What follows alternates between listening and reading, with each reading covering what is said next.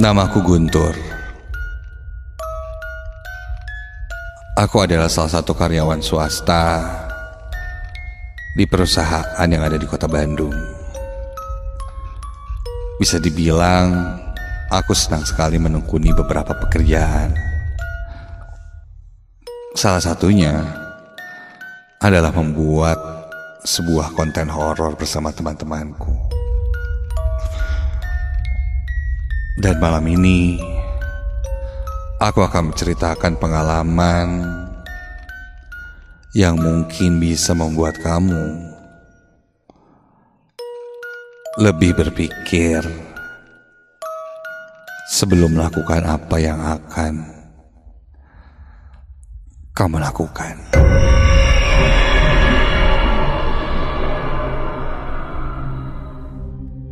Hari itu adalah hari di mana jadwal syuting dilaksanakan. Seperti biasa, karena aku adalah salah satu tim membuat video konten horor, aku pun harus menerima jika syuting dilakukan malam hari dan mengharuskanku pulang malam. Singkat cerita, malam pun tiba. Setelah menyiapkan semua perlengkapan untuk syuting, aku pun berangkat ke lokasi syuting yang ada di sekitaran Dago. Tak jauh dari kantorku yang berada di daerah Setiabudi, Bandung. Malam itu, karena aku tidak membawa kendaraan, aku menumpang pada temanku Robi. Dia menggunakan motor dan memboncengku dari kantorku di Setiabudi menuju Dago.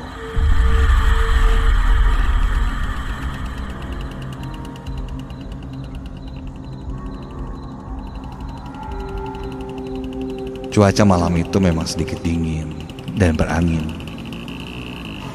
Jika dilihat sih, sepertinya akan turun hujan. Jam 8 malam, temanku Robi yang menyetir, dan nanti pulangnya baru giliranku yang menyetir. Sepanjang perjalanan banyak hal-hal seru yang kami bahas untuk memecah suasana malam yang sangat dingin. Barulah sekitar jam 9 kurang, kami pun sampai di lokasi syuting.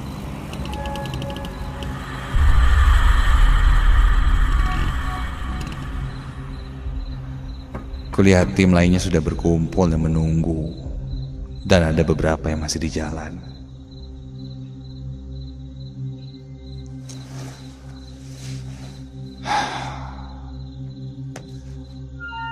Kata pemilik tempat, kami baru bisa mulai syuting jam 10 malam lebih.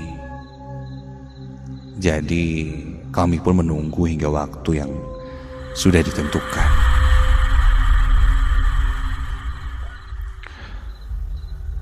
Sambil menunggu, aku dan tim yang lainnya mulai mengeset alat untuk syuting nanti. Mulai dari kamera, lighting, audio, semua kami siapkan. Sampai setelah semua talent tiba, syuting pun dimulai. Sebelum syuting dilaksanakan, seperti biasa kami berdoa bersama agar tidak terjadi apa-apa nantinya. Syuting pun dimulai tepat jam 10 malam. Lokasi syuting kami saat ini bisa dibilang sangatlah luas. Masih banyak pepohonan rindang dan lahan kosong yang berjajar. Konon katanya, di sana terdapat satu rumah yang tidak diisi cukup lama. Orang-orang bilang sih sudah tidak diisi hampir 12 tahun. Mendapat informasi itu, kami pun semakin termotivasi untuk mengeksplor misteri di rumah itu. Dan benar saja, menurut temanku yang memang bisa melihat, katanya di daerah sana banyak dihuni oleh pocong.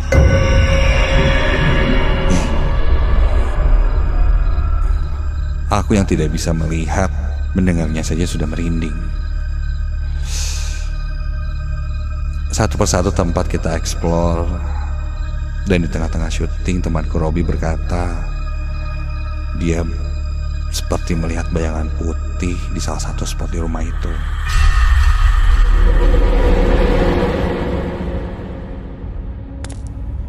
Namun ketika aku coba terangin dengan lampu, kulihat tidak ada apa-apa di sana.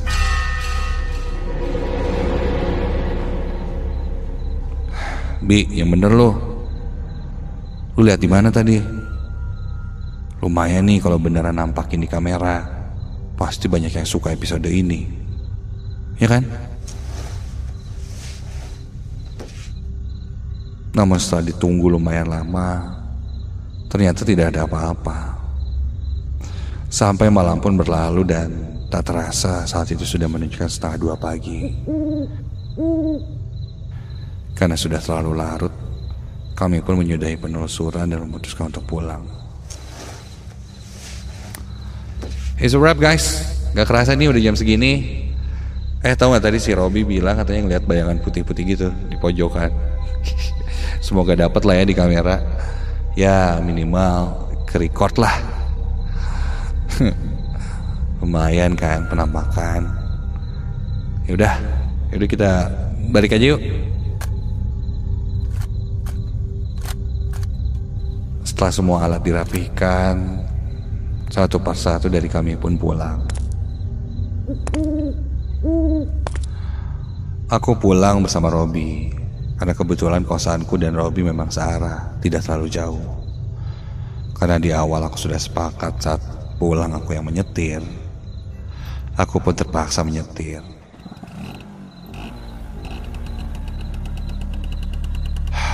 Cukup menyesal.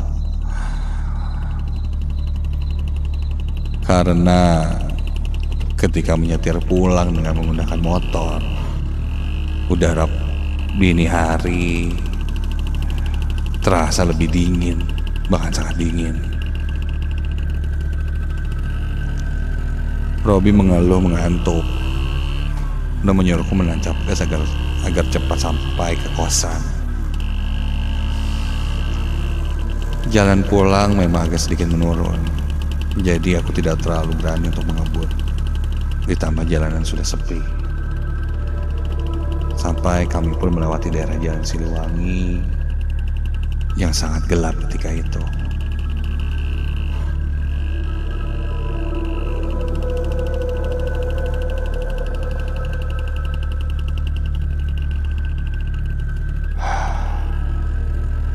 Selama perjalanan, Robi tidak berkata apa-apa. Lebih diam dari sebelumnya. Muncul perasaan takut. Dan ketika aku lihat ke arah spion untuk memastikan Robi tidak tidur, ternyata kulihat Robi tertidur ketika aku bonceng. Dan badannya sudah mulai condong dan membuat motor ini oleng. Bi, jangan tidur loh. Waduh, mana sih? Oleng nih motor, untung kagak jatuh loh. Bangun. Hampir saja terjadi kecelakaan saat itu. Bisa-bisanya Robi tidur di perjalanan.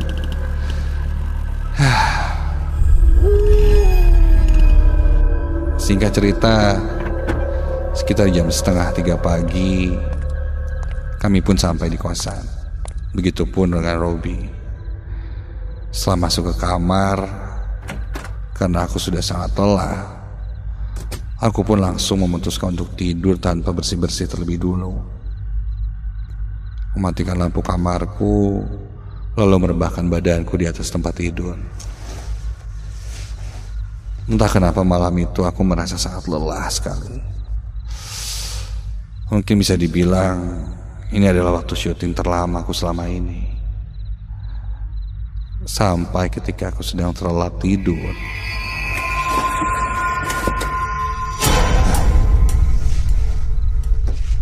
Aku terbangun karena mendengar suara seperti benda bergerak. Ya, apa sih itu? Dan ketika aku buka mata, astaga,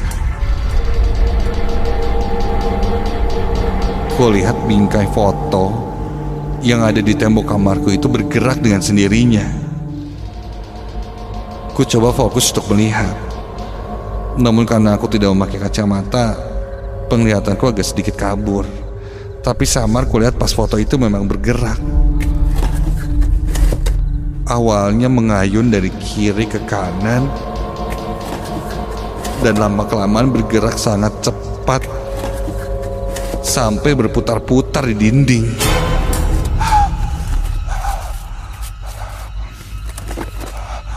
Aku melihatnya dengan sangat jelas, tapi badanku tidak bisa bergerak, seperti ada yang menahanku untuk bangkit dan bahkan untuk berteriak ketika itu.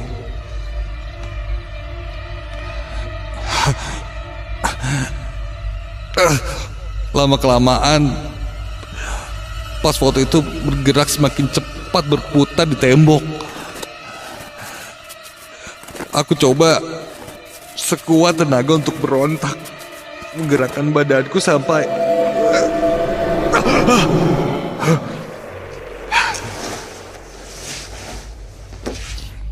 aku pun terbangun, dan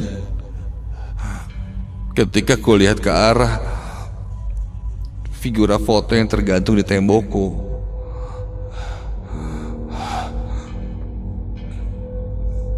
figura itu sudah berhenti berputar, namun memang ada sedikit pergerakan.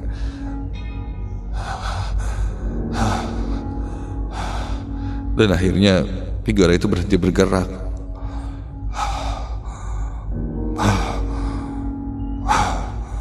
Aku terdiam. Sepertinya mungkin aku mengalami erep-erep atau entahlah. Aku coba berpikir positif. Mungkin akibat terlalu capek hingga akhirnya terjadi hal-hal seperti ini.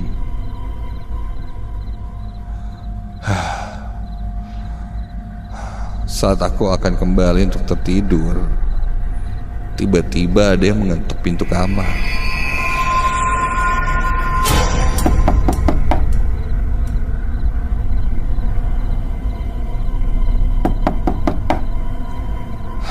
Ya, siapa?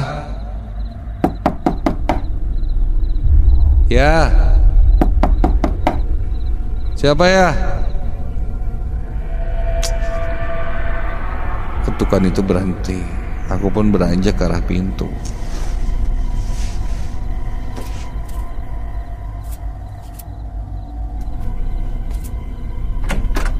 Ketika aku buka pintu, berdiri di depanku seorang laki-laki. Saat itu aku tidak memakai kacamata.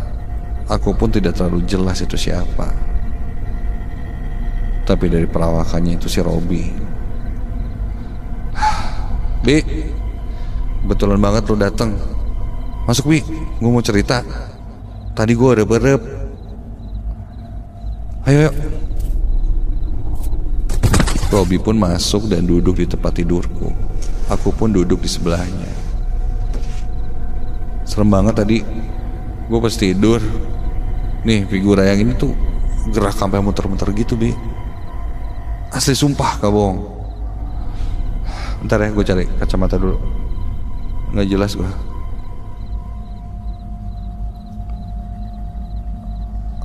Aku pun mengambil kacamata yang ku simpan di meja dekat tempat tidur, agar penglihatanku lebih jelas. Setelah ku ambil kacamata, aku pun memakai kacamata. Dan ketika ku lihat ke arah Robi, astaga, yang duduk di sebelahku itu bukan Robi. Ketika jelas terlihat dengan kacamataku, yang duduk di sebelahku itu sekarang sesosok pocong yang terbalut kain kafan lusuh dengan wajah yang hitam seperti terbakar.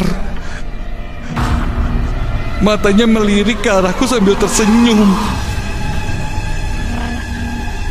Sosok itu melengak-lenggokkan kepalanya sambil melirik ke arahku dan tersenyum menyeramkan.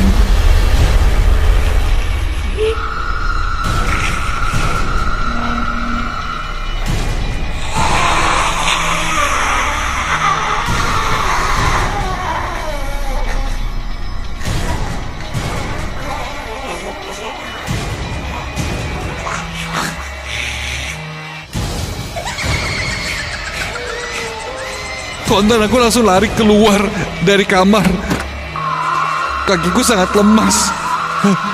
Aku coba terus berlari hingga sampailah aku di pos satpam yang ada di depan kosan. Penjaga kosan yang mulai panik memberikanku air putih langsung menenangkanku.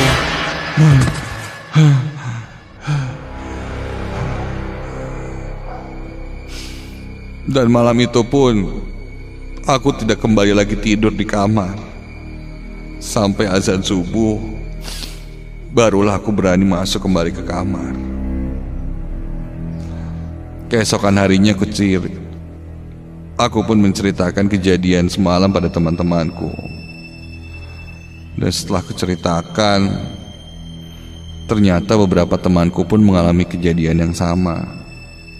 Salah satunya Robi, yang katanya didatangi sosok pocong di dalam mimpinya.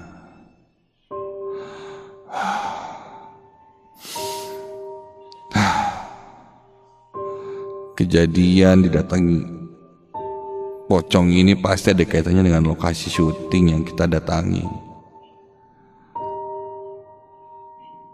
Jelas aku tidak mengerti, namun aku mengerti bahwa mereka itu memang benar adanya. Karena saat itu aku sudah melihatnya dengan jelas oleh mata dan kepalaku sendiri. Sosok pocong yang mengikutiku sampai ke kosan.